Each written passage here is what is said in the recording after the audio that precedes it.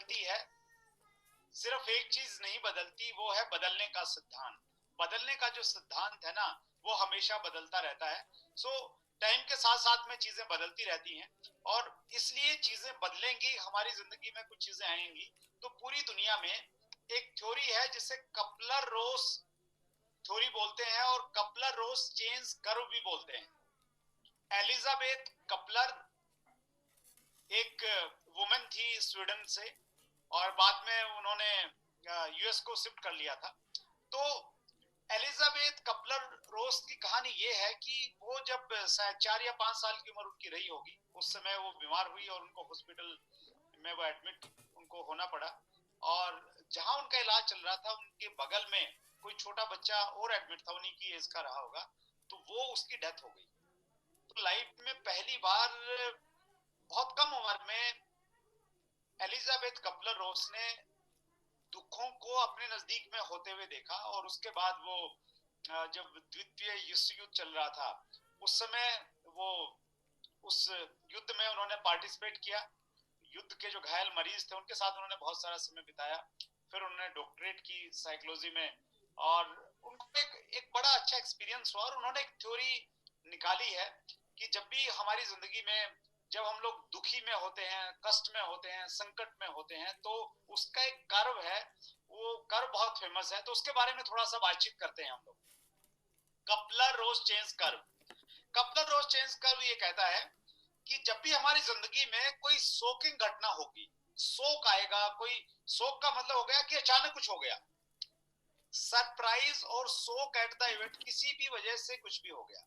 जैसे कोविड 2019 से पहले किसी को मालूम नहीं था, किसी ने सोचा नहीं था कि भाई ऐसा भी कोई वायरस आ सकता है जो पूरी दुनिया को रोक देगा, स्पीड को रोक देगा, किसी ने सोचा नहीं था। तो ये एक शोक है। और हम लोग जो हैं, सामाजिक लोग हैं, हमारे आसपास में बहुत सारे लोग रहते हैं। कई बार हमारा बहुत नजदीकी आदमी इस दुनिया को छोड़ के चला जाता है, उसकी डेथ हो जाती है। तो ऐसी स्थिति में वो भी हमारे लिए एक शोक है, क्योंकि हमने सोचा नहीं था कि ऐसा हो जाएगा। उसको लेके बड़े बड़े सपने हमने बुने थे। या आप कोई काम धंधा कर रहे हैं, अचानक वो काम धंधा बंद हो गया, नौकरी से आपको निकाल दिया। तो इस प्रकार की जब भी शोकिंग सिचुएशन आती है, उस सिचुएशन में सबसे पहला जो फेज है, सबसे पहली जो स्टेज है, उस स्टेज को कहते हैं denial. Denial, disbelief, looking for evidence that is it not true. Denial phase, सबसे पहला जो फेज में हम लोग जाते हैं ना, उस फेज को हम डिनाइल फेज कहेंगे। डिनाइल का मतलब वहां हिंदी में इसको हम बोल देंगे नकार देना किसी चीज को, ये स्वीकार नहीं करना कि ये हो गया है। जैसे कोविड को लेके आज तक भी बहुत सारी कंट्रोवर्सी चली हुई है। लोग बोलते हैं कि ये जो है ना एक स्कैंडल है, और बहुत सारी चीजें हैं। और उसी प्रकार से कोई भी जब ऐसी घटना होती है ना, अचानक हम उसको स्वीकार नहीं करते हैं। हमें ऐसा लगता है कि नहीं, ऐसा हो नहीं सकता, कैसे होगा, क्यों हो गया। और किसी व्यक्ति ने अगर हमें नौकरी से निकाल दिया, तो उसको हम लोग मतलब गालियां निकालेंगे, कुछ ना कुछ ऐसा। डिनाइल एक फेज होता है। तो डिनाइल फेज में सबसे पहले हम लोग जाते हैं। और देखिए, ये जो कर्व है, इस कर्व से हर आदमी गुजरता है। इसमें इंपॉर्टेंट क्या है? सबसे इंपॉर्टेंट ये है कि किस फेज में आप कितना समय बिताते हो। आप अगर ज्यादा समय बिताएंगे तो आप एक एवरेज व्यक्ति की तरह शायद रहेंगे। और अगर आपने पहले फेजेस में जल्दी से निकलना सीख लिया, तो फिर आप जिंदगी में दूसरे लोगों से बहुत आगे निकल के चले जाएंगे। डिनाइल फेज के बाद में दूसरा जो फेज आता है, उसको कहते हैं frustration phase. Recognition that things are different, sometimes angry. जब हम उसको धीरे धीरे कुछ समय के बाद में, जब उसको मानेंगे ना कि भाई कोरोना आ गया है या ये सब हो गया है, तो उसके बाद में एक फ्रस्ट्रेशन का दौर आता है। हम लोग फ्रस्ट्रेशन में आ जाते हैं, क्योंकि चीजें बदल गई हैं। अब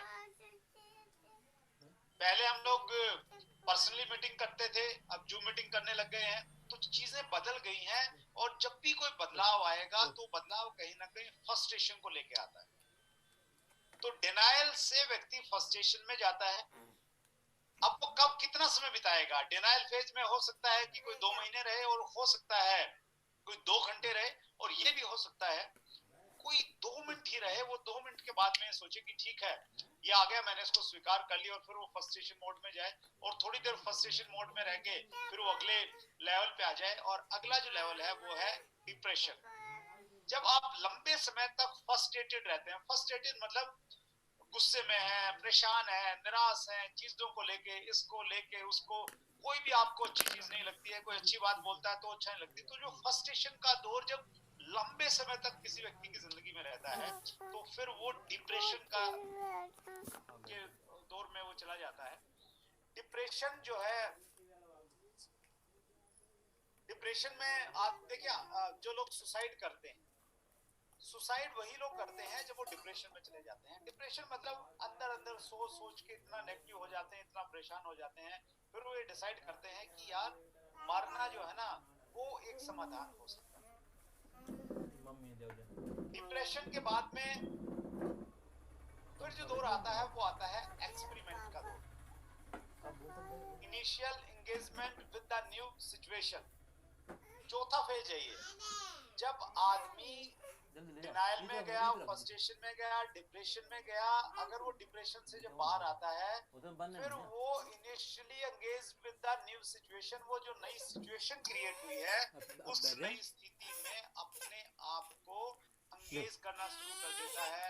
वो मान लेता है कि यार चीजें हो गई हैं, अब मुझे इस नई सिचुएशन में जीना है, अब मुझे कोविड के साथ में रहना है, तो वो इस चीज को मानने लग जाता है। और उसके बाद में जो पांचवा फेज है वो है डिसीजन। ये डिसीजन कि मुझे इससे बाहर आना है। और जब आप डिसीजन फेज में आएंगे, learning how to work in the new situation, फिर हम लोग सीखना शुरू करेंगे कि हम किस प्रकार से इस नई परिस्थिति में काम कर सकते हैं, फीलिंग मोर पॉजिटिव। और फिर उस नई सिचुएशन में फायदे क्या हैं, पॉजिटिव क्या चीजें हैं, वो हम लोग ढूंढना स्टार्ट कर देते हैं। और उसके बाद में हम लोग आगे बढ़ते चले जाते हैं। और उसके बाद में इंटीग्रेशन चेंजेस इंटीग्रेटेड ए रिनाउंड इंडिविजुअल। उसके बाद में हम लोग नई खोज करते हैं, नए आइडियाज हम लोग लेके आते हैं। तो ये फिर हम लोग ऊपर की तरफ बढ़ना स्टार्ट होते हैं, यानी जहां हम थे वहां से हम नीचे की तरफ आए। और नीचे की तरफ जब आए, हम लोग फ्रस्ट्रेशन में रहे, हम लोग डिप्रेशन में रहे। तो डिप्रेशन के बाद जब हम लोग बिल्कुल, हमारा कर्व बिल्कुल नीचे की तरफ था, फिर हम एक्सपेरिमेंट स्टेज पे पहुंचते हैं, फिर डिसीजन पे पहुंचते हैं, और फिर आगे की तरफ हम लोग बढ़ते चले जाते हैं। तो मुझे नहीं मालूम आप किस फेज में हैं अभी, लेकिन मैं ये चाहता हूं कि आप डिसीजन फेज में आए और ऊपर आगे की तरफ बढ़ना स्टार्ट करें। और इन फेजेस में जब हम रहते हैं तो हमें क्या करना चाहिए, उसके लिए सबसे पहला देखिए, आप जो डिनायल फेज है उसका ब्लू कलर है, और राइट साइड में आपको ब्लू कलर में एक पॉइंट दिया गया है, क्रिएट अलाइनमेंट। अगर आप अभी भी डिनाइल फेज में हैं, अभी भी आप चाइना को गालियां दे रहे हैं कि चाइना ने क्या कर दिया, सारी दुनिया को रोक दिया, तो क्रिएट अलाइनमेंट। जो सिचुएशन है उसके साथ में अलाइनमेंट हो जाए। अलाइन मतलब उसके साथ में चलने के लिए तैयार रहें, अपना मन बनाएं कि मुझे सिचुएशन के साथ में रहना है। जब आप फ्रस्ट्रेशन के दौर में रहते हैं, फ्रस्ट्रेशन के दौर में क्या करना है आपने, अगर आप इस दौर में हैं, अभी स्थिति में हैं, या आगे भी आपकी जिंदगी में ये दौर आते जाएंगे, मैक्सिमम कम्युनिकेशन। आप ज्यादा से ज्यादा लोगों से उस समय बातचीत कीजिए। ज्यादा से ज्यादा बातचीत करेंगे तो आप डिप्रेशन वाली स्टेज में नहीं जाएंगे। डिप्रेशन की स्टेज में तब जाता है व्यक्ति जब वो बोलता नहीं है कुछ भी, या उसको कोई सुनता नहीं है, वैसी सिचुएशन में वो चला जाता है। तो आप फ्रस्ट्रेशन के फेज में है तो मैक्सिमम कम्युनिकेशन कीजिए, बातचीत कीजिए। डिप्रेशन से बाहर आने का जो तरीका है वो है स्पार्क मोटिवेशन। आपको कोई मोटिवेशन चाहिए, तो वो मोटिवेशन आपको हो सकता है आज की इस मीटिंग से वो मोटिवेशन को स्पार्क, एक चिंगारी मिल जाए आपको, या आपको कोई किसी स्पीकर को सुने, किसी किताब को पढ़ें, अपलाइन आपको मोटिवेट करता है, तो वहां से आपको कोई स्पार्क चाहिए थोड़ा सा मोटिवेशन का। जो उस हमें बाहर लेके चले जाता है। एक्चुअली डिप्रेशन में जब होते हैं ना, तो हमारी जो ऊर्जा है, हमारी जो चमक है, वो थोड़ी कम हो जाती है। जिस प्रकार एक अंगारा होता है, उस अंगारे पे जब धूल जम जाती है तो अग्नि तो उसके अंदर में है, लेकिन अगर कोई व्यक्ति उस धूल को हटा देता है तो वो जो अंदर की आग है वो बाहर दिखने के लिए लग जाती है। तो उसी प्रकार से हमें डिप्रेशन के दौर में कोई ना कोई स्पार्क चाहिए, कहीं ना कहीं से मिलता है तो हम लोग अगले दौर में आ जाते हैं। और एक्सपेरिमेंट में जब आते हैं तो डिवेल्प कैपेबिलिटी, हमारी कैपेबिलिटी बढ़ जाती है, हम लोग अपने आप को कैपेबल महसूस करते हैं। क्यों कैपेबल महसूस करते हैं? क्योंकि हम लोग एक्सपेरिमेंट कर रहे हैं। एक्सपेरिमेंट करने से हमारे दिमाग में आइडिया है, हम लोग क्रिएटिव हो गए हैं, और क्रिएटिविटी से कैपेबिलिटी आती है। एक्सपेरिमेंट कर रहे हैं नए नए, चलो जूम मीटिंग, आपने जूम की आईडी बनानी सीखी तो आपको लगा कि यार बहुत बढ़िया हो गया, तो फिर आप लगते हैं कि यार अब मैं मीटिंग में बुलाता हूँ। तो कई सारी चीजें जब हम लोग सीखना लग जाते हैं, तो ये हमारी कैपेबिलिटी को बढ़ा देता है सर। उसके बाद में अगर हम लोग बातचीत करते हैं तो पांचवा, डिसीजन। जब आप डिसीजन लेते हैं और आपने नए नए तरीके को सीख लिया है, तो शेयर नॉलेज, उस समय आपका फर्ज है कि आपने जो नॉलेज ग्रहण की है उस नॉलेज को आप शेयर कीजिए। आप ये मत सोचिए कि आपने जो सीख लिया अगर आप दूसरों को सिखाएंगे तो इससे आपका नुकसान हो जाएगा, दूसरे लोग, क्रॉस लाइन वाले लोग वो करने लग जाएंगे। जितनी आप नॉलेज को बढ़ाएंगे ना सर, और इसको हम लोग नेपोलियन हिल इसको बोलते हैं drive an extra mile. Drive an extra mile topic में नेपोलियन हिल ये कहते हैं कि हम दो तरीके से काम करते हैं। ज्यादातर लोग क्या करते हैं, वो अपने असाइंड वर्क को करते हैं, यानी असाइंड वर्क जो उनको काम दिया गया है, अगर वो जॉब में है तो उनको जो काम अलॉट किया गया है वो उस काम को बड़ी मुश्किल से करते हैं, और कुछ लोग तो उस काम को भी नहीं करते। लेकिन कुछ लोग होते हैं जो काम उनको नहीं दिया गया था लेकिन उनको लगता है ये ऑर्गेनाइजेशन के लिए जरूरी है, तो उस काम को भी कर देते हैं, तो उसको बोलते हैं ड्राइव एन एक्स्ट्रा माइल। और ड्राइव एन एक्स्ट्रा माइल जो है ना, ये हर जगह हम लोग कर सकते हैं, बिजनेस में भी हम लोग कर सकते हैं।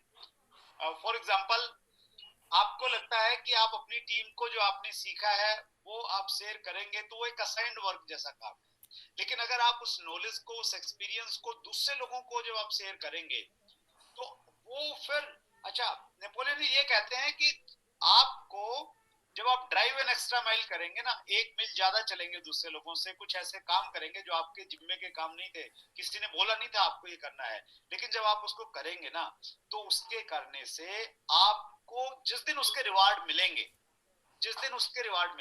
किस चीज के, ड्राइव एन एक्स्ट्रा माइल के जिस दिन रिवार्ड मिलेंगे, तो आपके असाइंड वर्क से भी वो ज्यादा होंगे। मैं एक छोटा सा एग्जांपल देना चाहता हूं अपना। मैं आपके बीच में हूं, और जब मैंने ये पढ़ा, नेपोलियन हिल को मैंने पढ़ा, इस किताब को बहुत पहले मैंने पढ़ा, और मैंने आरसीएम बिजनेस में अपने ग्रुप से थोड़ा ऊपर उठ के काम करने का कोशिश किया, क्योंकि मुझे लगा कि ये ड्राइव एन एक्स्ट्रा माइल है। और कोई भी व्यक्ति था, कहीं भी था, उसको मैंने अपने शब्दों से, बातचीत से, मीटिंग से, सेमिनार से, जो भी तरीका हो सकता था, मैंने वैसा एक कॉमन अपलाइन बनने का मैंने प्रयास किया। तो उससे मेरी एक अलग तरह की इमेज आरसीएम बिजनेस में हुई, और फिर मुझे लगा कि मैं थोड़ा सा इंडस्ट्री के लिए कुछ करूं क्या। और देखिए, हम सबको अपॉर्चुनिटी मिलती है। 2011-12 में जब पूरी डायरेक्ट सेलिंग टफ दौर से गुजर रही थी, और हम लोगों ने स्टार्ट किया दोबारा। स्टार्ट करने के बाद में पूरे देश में, पूरा देश की डायरेक्ट सेलिंग इंडस्ट्री हिल गई थी जब आरसीएम बिजनेस के ऊपर में इश्यूज आए। तो उसके बाद में मैं DSCW, direct selling distributor welfare association का प्रेसिडेंट बना, और मुझे मौका मिला इंडस्ट्री की सेवा करने का, सर्व करने का। तो वो ड्राइव एन एक्स्ट्रा माइल, वो मेरा काम नहीं था, उस काम को मैंने किया तो उसके बहुत सारे रिवार्ड्स मिले, बहुत सारा रिकॉग्निशन मिला, और बहुत बड़े बड़े लोग एक अलग तरह से पहचानने लग गए हैं। तो आप भी जिंदगी में जब भी ड्राइव एन एक्स्ट्रा माइल करेंगे, कहीं भी करें, आप अपने घर में करें, अपने रिलेशंस में करें, अपने बिजनेस में करें, अपने समाज में करें, सोसाइटी में करें, कहीं भी करें, जब भी आप ड्राइव एन एक्स्ट्रा माइल करेंगे, आपको उसके जिस दिन रिवार्ड मिलेंगे तो वो आपके असाइंड वर्क से कहीं ज्यादा होने वाले हैं। और शेयर नॉलेज एक ड्राइव एन एक्स्ट्रा माइल है, आपने जो सीखा है। क्योंकि जब आप कोविड की अगर हम बातचीत करें तो इस दौर से निकल के आप आ गए हैं, दूसरे लोग नहीं आए हैं, तो आप उनको अगर रास्ता दिखाएंगे तो वो आपके लिए बहुत बड़ा काम वो चीज करने वाली है। Mind set matters. इस समय जो हमारा माइंड सेट है ना, वैसे तो हमेशा ही जो हमारा दिमाग होता है, माइंड सेट मतलब हमारे माइंड में क्या चल रहा है, चीजें क्या चल रही है, क्या थॉट्स आ रहे हैं, वो बहुत ज्यादा काम करती है वो चीज। अगर हम अपने माइंड को ताला लगा देंगे कि भाई कोविड आ रहा है, कोविड के समय में मैं कुछ नहीं कर सकता, तो कोई नया विचार नहीं आएगा, नई क्रिएशन नहीं आएगी, नई क्रिएटिविटी नहीं आएगी। दूसरा माइंडसेट आपका हो सकता है कि आप क्रिएटिव हैं, नए नए आइडिया सोच रहे हैं, कुछ ना कुछ करने का प्रयास कर रहे हैं, सिचुएशन से बाहर आने का प्रयास कर रहे हैं। तो आपने अगर ओपन माइंडेड आपका माइंडसेट है तो फिर चीजें बेहतर हो सकती हैं। What kind of mindset do you want to have during कोविड-19? इस समय हमारा किस प्रकार का माइंडसेट होना चाहिए? तो अब हम 4 प्रकार के माइंडसेट की बातचीत करते हैं सर, बहुत इंपॉर्टेंट है। पहला जो माइंडसेट होता है वो माइंडसेट होता है, उसको बोलते हैं फेलियर माइंडसेट। फेलियर माइंडसेट वो होता है जो बहुत जल्दी हार मान लेता है। थोड़ी सी भी सिचुएशन इधर उधर की हुई तो वो हार स्वीकार कर लेता है कि भाई मैं नहीं लड़ सकता, सरेंडर। तो वो उस टाइप के लोग होते हैं। किसी ने पूछा कि भाई अगर तुम जंगल में हो और शेर आ जाए तो तुम क्या करोगे? तो सामने वाले ने कहा जी मैं तो क्या करूंगा, बस शेर ही करेगा जो भी करना है, मैंने तो कुछ नहीं करना। तो जो हार मान लेते हैं तो वो शेर तो क्या, मतलब वो जो माइंडसेट होता है ना, तो फिर वो गिद्दड़ के आगे भी हार मान लेंगे। तो फेलियर माइंडसेट हमें नहीं बनना है कभी भी, किसी भी सिचुएशन में हमें एक स्ट्रगल वाला माइंडसेट, विनिंग वाला माइंडसेट हमें रखना है। तो फेलियर माइंडसेट फेल होते हैं। दूसरा फ्रस्ट्रेशन माइंडसेट, जिसके बारे में हमने बातचीत की। फ्रस्ट्रेटेड रहता है बंदा, माइंडसेट है ये भी, फ्रस्ट्रेटेड है, छोटी छोटी चीजें उसको परेशान कर देती हैं। बीसी छाबड़ा जी कहते हैं कि अपने जो स्विच है हमेशा अपने कंट्रोल में रखिए। अदरवाइज कोई आदमी आपको कुछ बोल गया और उसने कुछ बोला तो आपको गुस्सा आ गया, आप फ्रस्ट्रेटेड हो गए, आप गालियां देने लग गए। तो कोई भी आदमी आपको फ्रस्ट्रेटेड नहीं कर पाए, आपके स्विच आपके हाथ में, मतलब कंट्रोल रखना चीजों के ऊपर। तीसरा माइंडसेट जो होता है वो होता है conventional success mindset. Conventional success mindset होता है जिसको कन्वेंशनल मतलब परंपरागत तरीका, सक्सेस माइंडसेट उस परंपरागत तरीके से जिसने थोड़ी बहुत सफलता प्राप्त कर ली है, तो उसको हम लोग बोलते हैं कन्वेंशनल सक्सेस माइंडसेट। अगर कोई व्यक्ति आरसीएम बिजनेस में रॉयल्टी चीवर बन गया मान ले, तो उसने कन्वेंशनल सक्सेस माइंडसेट से सफलता प्राप्त की है, फील्ड में दौड़ा है, भागा है, मीटिंगें दी हैं, पिकअप सेंटर पे मीटिंगें की हैं, और वो सारी चीजें जो है अभी हो नहीं रही हैं। तो उसको ये लगता है कि जब वैसी चीजें होंगी तब मैं आगे सफर तय करूंगा, जब वैसी पुराने वाली परिस्थितियां आएंगी ना तभी मैं आगे बेटर कुछ करूंगा। तो कन्वेंशनल सक्सेस माइंडसेट वाले जो लोग होते हैं वो लोग पुरानी चीजों को, पुराने दिनों को याद करते रहते हैं। कोई लौटा दे मेरे बीते हुए दिन, और वो ऐसे गाने गा गा के, ऐसे बोल बोल के जो है नेगेटिव हो जाएंगे, और वो बहुत देर के बाद में सबसे पीछे वो फिर अपने आप को चेंज करने के लिए तैयार होते हैं। और जो चौथा और उत्तम माइंडसेट होता है उसको बोलते हैं ट्रांसफॉर्मेटिव माइंडसेट। ट्रांसफॉर्मेटिव का मतलब हुआ जो अपने आप को बदलने के लिए, नई नई चीजों को स्वीकार करने के लिए, ग्रहण करने के लिए जो माइंडसेट हमेशा तैयार रहता है। तो वो माइंडसेट जिंदगी में आगे बढ़ते हैं। उनके लिए कोरोना आ जाए, उनके लिए कुछ भी आ जाए, ट्रांसफॉर्मेटिव माइंड, वो बहुत जल्दी अपने आप को चेंज कर लेते हैं। सो हमने ये चौथे वाला जो माइंडसेट है ये हमने डेवलप करना है। हो सकता है हमारा, हम में से फेलियर माइंडसेट हो किसी का, काफी सालों के बाद में बना है, लेकिन आपका जो लक्ष्य है वो होना चाहिए ट्रांसफॉर्मेटिव माइंडसेट के लिए। और इसके लिए हम लोग क्या कर सकते हैं सर? इसके लिए इन सब चीजों के लिए जरूरत है कि आप, ये जो मीटिंग्स हमारी हो रही है आजकल जूम पे, उन जूम मीटिंग्स में आप अटेंड कीजिए। जूम मीटिंग के अलावा यूनिक एजुकेशन सिस्टम का जो यूट्यूब चैनल है उस चैनल पे जाइए, उसके वीडियोस देखिए, हर आरसीएम बिजनेस के टॉप लीडर्स को आप वहां पे सुनिए। और उसके अलावा आप किताब पढ़ सकते हैं। ये मैं ये मानता हूं कि ये जो टाइम है ना हमारे पास में, अब ये जो कोरोना का टाइम है, इसमें आप नेटवर्क तो बना ही सकते हैं बहुत सारा, लोगों को बुला सकते हैं जूम पे, एक दिन में कई कई मीटिंग आप कर सकते हैं, पूरे हिंदुस्तान में नेटवर्क फैला सकते हैं। लेकिन इसके अलावा जो सबसे अच्छा फायदा आप उठा सकते हैं ना, वो अपने आप को डिवेल्प करने के लिए आप इस समय का सदुपयोग कर सकते हैं। मैंने या तो शुरुआती दिनों में बहुत सारी किताबें पढ़ी थी, क्योंकि उस समय ट्रेन में सफर होता था, 2-2 दिन 48-48 घंटे लग जाते थे समटाइम एक डेस्टिनेशन से दूसरे डेस्टिनेशन पे जाने के लिए। तो जो बीच में टाइम रहता था वो बिल्कुल मैं फोकस रह के किताब पढ़ता था, और मैंने मैक्सिमम किताबें उस समय पढ़ी। उसके बाद में धीरे धीरे थोड़ी व्यस्तताएं बढ़ने लगी, फ्लाइट में जाने लग गए, तो किताबों के प्रति आकर्षण तो रहा, पढ़ाई तो करते रहे, लेकिन इतना फ्री टाइम नहीं मिला था।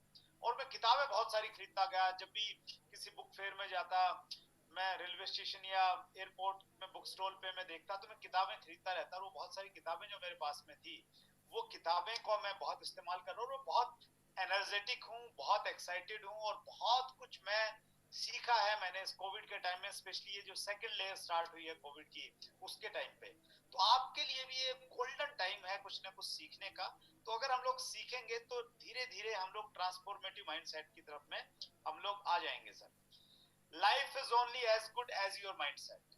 Life is only as good as your mindset. आपका जो माइंडसेट है ना, जिस प्रकार का है उसी प्रकार की आपकी लाइफ है। अगर ये माइंडसेट अच्छा है, पॉजिटिव है, तो फिर आपकी लाइफ भी बहुत अच्छी हो जाएगी। और अगर माइंडसेट आपका अच्छा नहीं है, पॉजिटिव नहीं है, आप परेशान हैं, चीजों में नेगेटिविटी देखते हैं, तो फिर आपके लिए कहीं ना कहीं से प्रॉब्लम हो जाएगी। सो ये मैं इसलिए कहना चाहता हूं, जो सिचुएशन देखिए, दो चीजें रहती हैं हमारे पास में, हमेशा रहेंगी आपके जीवन में। कुछ चीजें आपके कंट्रोल में रहेंगी और कुछ चीजें आपके कंट्रोल में नहीं रहेंगी। तो जो चीजें आपके कंट्रोल में नहीं है उसको लेके कभी आप परेशान मत होइए, क्योंकि उसमें आप कुछ कर नहीं सकते हैं। गवर्नमेंट ने लॉकडाउन लगा दिया, कुछ कर सकते हैं आप और मैं? नहीं कर सकते। हो सकता है ये लॉकडाउन और बढ़ जाए, कुछ कर सकते हैं? नहीं कर सकते। कोविड के ऊपर में कब जो जो भी रिसर्च चल रही है, वैक्सीन आएगी नहीं आएगी, खत्म होगी तो फैक्ट्री में बननी है, आप कितनी मर्जी चर्चा करो, कुछ होएगा करने से? नहीं होगा। तो जिंदगी में जिन चीजों पे आप कुछ कर नहीं सकते हैं उसमें 1% भी ऊर्जा मत लगाइए आप। हमारी जो ऊर्जा है ना, हमारे अंदर एनर्जी है, हम सबके अंदर में, मैं उसको अगर 100 मानूं कि ये 100 है, एनर्जी 100 लेवल है इसका, तो अगर मैं उस एनर्जी को कहीं दूसरी जगह लगाऊंगा तो मेरी एनर्जी बचेगी, वो डिवाइड हो जाएगी कहीं। अगर मैं अपनी एनर्जी को बाकी जगहों से बचा के अपने काम पे लगा लूं, सीखने पे लगा लूं, तो मेरा जो आउटपुट है, मेरी जो प्रोडक्टिविटी है, मेरी जो उत्पादकता है, वो दूसरों से बेहतर हो जाएगी, क्योंकि मैंने अपनी एनर्जी को सही जगह पे लगाया।